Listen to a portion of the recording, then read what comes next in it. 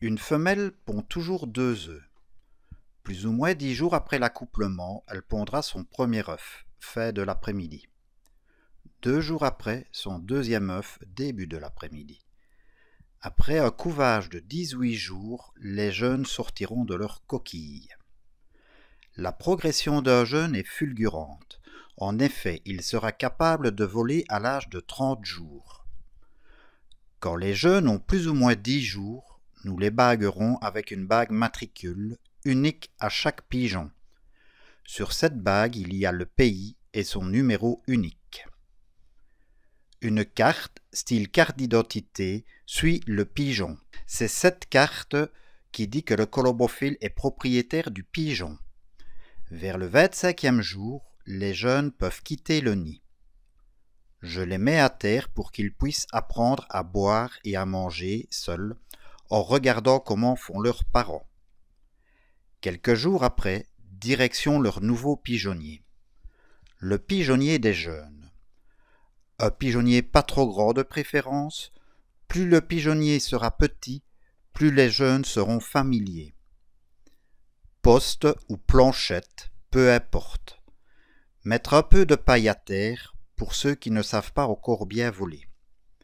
Eau à volonté et vérifier qu'ils ont trouvé l'abreuvoir. Aux pigeonniers d'école, nous les nourrissons 2 fois par jour. Au début à volonté, après 10 minutes on bouge le trot de graines. On siffle et on secoue les graines dans un petit pot, toujours au début du repas, afin que les pigeons assimilent le bruit avec le moment du repas. Car ce n'est pas toujours la même personne qui nourrit. Il faut après le repas toujours surveiller que tous les pigeonneaux aient bien trouvé l'abreuvoir. Nous changeons également les compléments de nourriture à chaque repas. Le grit, vitaminéral, la terre. C'est important car ces compléments aident à la digestion des graines. Leur première sortie. Au privé et à l'école, nous avons des spooknites. L'apprentissage de la première sortie est pour moi très importante. C'est pour cela qu'il ne faut jamais chasser les pigeonneaux dehors. Il faut qu'ils le découvrent par eux-mêmes. Voici une astuce que j'ai faite. J'ai prolongé la planche d'atterrissage afin que les jeunes puissent voir le toit.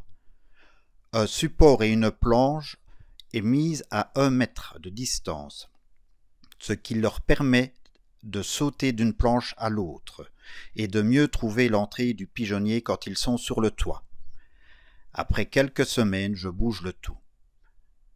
J'ai pour habitude de ne jamais laisser traîner les jeunes dehors. Au début, après 10 minutes, je rappelle tout le monde. Celui qui ne rentre pas assez vite n'aura pas à manger, car c'est à partir de ce moment-là que je commence à rationner la nourriture. Fini le bac plein. Les retardataires rentreront ça plus vite la prochaine fois. Je donne 1 cuillère à soupe par pigeon et par repas. Au début de l'écolage, il m'arrive de nourrir même un peu moins, afin qu'ils rentrent plus vite de leur prochaine sortie.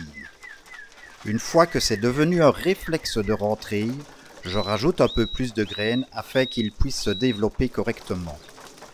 À l'école, pour les rendre plus familiers, il nous arrive de les nourrir dans notre mets,